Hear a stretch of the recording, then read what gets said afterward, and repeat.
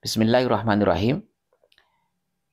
Video lanjutan dari video-video sebelumnya mengenai hukum seorang perempuan yang kondisi junub karena habis melakukan hubungan suami istri, hubungan badan dengan suaminya di malam hari, kemudian di pagi hari dia keluarlah darah haidnya. Apakah perempuan tadi dia wajib ataupun boleh untuk mandi atau harus menunggu haidnya selesai? Ini masih pendapat Ibnu Qudamah di dalam kitab Al-Mughni juz 1 halaman 154 bahwa qala al-mu'allif, telah berkata mu'allif, fa ini tasalat mongko lamun adus sapa imro'ah lil jinabati krono arai ngilangi junub, ngilangi hadas jinabah fi zamani haidiyah ing dalam mongso utawa zamane haid imro'ah, di saat seorang perempuan tadi dia mandi berniat untuk menghilangkan hadas jinabah padahal posisinya dia sudah haid, ya, maka soha mongko sah opo gosluha aduse mara'ah, maka sah saja, mandinya sah saja. Bahkan wazalalan ilang opo hukmul janabati, hukume jinabah, bahkan hilanglah hukum hadas jinabahnya. Akan tetapi, dan ini juga naso alai Ahmad, naso wis berpendapat, wis netepake alaihi ing atase hukum sah sapa Ahmadu, Imam Ahmad bin Hambal, dan ini juga pendapat Imam Ahmad bin Hambal tentang sah atau bolehnya mandi jinabah meskipun posisi perempuan tadi masih dalam kondisi haid. Waqala lan ngendika sapa Imam Ahmad mengatakan tazulu al janabatu wa tazulu ilang apa al janabatu hadas jinabah, maka hilanglah hadas jinabah tersebut. Akan tetapi wal haidu la yazulu hatta yang qati'u addamu, wal haidu utawi hadas haidnya iku la yazulu ora ilang utawa durung ilang apa hadas haid hatta yang qati'u sehingga pedot utawa terputus apa addamu getih. Tetapi hadas haidnya dia masih belum hilang, menunggu sampai berhentinya darah haid.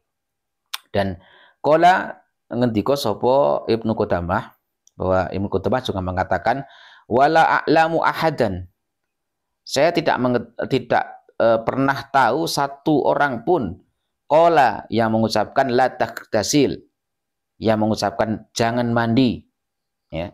Jadi Ibnu Qudamah mengatakan saya belum pernah tahu, belum pernah ketemu mendengar satupun pendapat ulama yang mengatakan la taghtasil, jangan mandi, illa atau kecuali atau, ya, satu ulama yang yaitu Imam Atha mengatakan la taghtasil, tidak boleh mandi.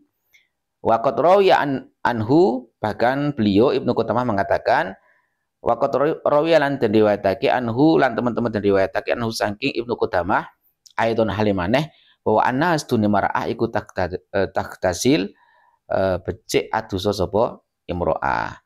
Bahkan pendapat Ibnu Qudamah mengatakan bahwa sebaiknya tetap perempuan tadi harus mandi meskipun dalam keadaan dia masih kondisinya haid.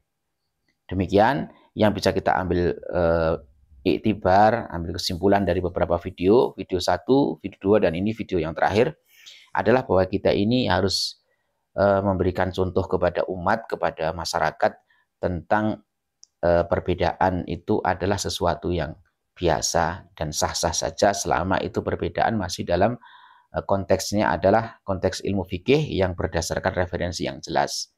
Jadi jangan pernah merasa pendapatnya sendiri yang paling benar, jangan merasa pendapatnya sendiri yang paling cocok. Tidak boleh begitu, bahwa fikih itu adalah produk hasil ijtihad para ulama melalui proses yang sangat panjang. Tentu sebagai seorang ulama mujtahid, ahli fikih yang melakukan istiqra dan juga melakukan penelitian, istiqra dan melakukan ijtihad, bersungguh-sungguh dalam menggali hukum melalui metodologi penggalian hukum dari sumber-sumbernya, kemudian pada akhirnya menetapkan atau mengambil kesimpulan hukum. Jadi kita saling menghargai, apalagi urusan fikih.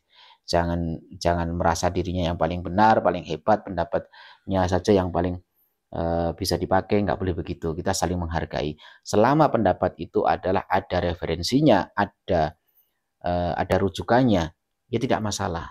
Jangan menyalahkan. Kalau kita merasa pendapat kita yang paling benar, pendapat kita benar, ya nggak apa-apa. Tapi jangan merasa yang paling, ya. Sehingga kalau merasa yang paling itu berarti akhirnya akan cenderung mengatakan pendapat yang lain itu salah. Ya, mari kita belajar toleransi. Bukankah para ulama-ulama salaf, ulama-ulama terdahulu mengajarkan kita untuk saling bertoleransi dalam urusan fikih, dalam urusan perbedaan pendapat. Seperti halnya Imam Malik adalah murid daripada Imam Hanafi, tetapi akhirnya Imam Malik juga mukhalif atau dia menciptakan atau membuat madhab sendiri yang berbeda dengan pendapat gurunya. Kemudian juga dilanjutkan oleh Imam Syafi'i, yang Imam Syafi'i juga beliau adalah murid daripada Imam Malik.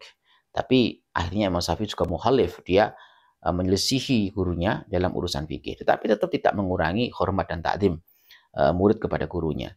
Begitu juga Ahmad bin Hambal. Ahmad bin Hambal sebagai imam mujtahid yang keempat, ya beliau ada juga murid daripada Imam Syafi'i. Imam Ahmad bin Hambal juga membuat madhab sendiri atau menggunakan metodologi fikih sendiri, kemudian menjadi imam madhab, salah satu imam madhab 4. Artinya Imam Ahmad bin Hambal juga mukhalif dengan gurunya. Jadi kita belajar menghargai, kita mencontoh para ulama-ulama terdahulu. Apalagi cuman kita ini belum seberapa ilmunya dibanding para ulama-ulama terdahulu. Kita ini belum apa-apa dibanding ulama-ulama salaf yang alim, alamah. Kita ini bukan mustahid, apalagi mustahid mutlak. Kita ini bukan mustahid, kita ini hanya pembaca. Kita ini hanya tabik kepada para ulama. Jadi apa yang kita sampaikan kepada masyarakat adalah berdasarkan pendapat para ulama. Dan saya menyarankan kalau ngaji fikih itu usahakan jangan cuman ngomong, tapi syukur bagi membaca kitab, dibaca kitabnya, ibaratnya dibaca kitabnya apa, halaman berapa, ya. Jadi madhabnya seperti apa, Jadi kita fair lah. Jadi kalau ada tanya jawab, kemudian ada orang bertanya dijawab tanpa kita menyebutkan kitabnya apa, referensinya dari mana, ini pendapat imam siapa, itu seakan-akan itu adalah pendapat pikiran kita. Maka saya juga memberikan contoh, meskipun ngaji saya juga masih banyak sekali yang salah. Mungkin salah fahamnya, salah i'rabnya, salah tarkibnya, salah bacanya. Tetapi saya berusaha, kalau saya ngaji, saya berpendapat itu bukan pendapat saya, tetapi saya membacakan kitab sehingga nanti bisa dicek bahwa kitabnya ada apa tidak, halaman berapa, dan juga shaifah berapa, ya, pendapat imam siapa. Jadi kalau ada salah kan bisa diluruskan, bisa dibenarkan. Demikian, semoga bermanfaat. Mohon maaf atas segala kekurangan, dan mohon maaf sekali lagi kalau ada kata-kata saya yang kurang berkenan. Semoga ini menjadi barokah untuk kita semuanya. Wallahu a'lam bishawab.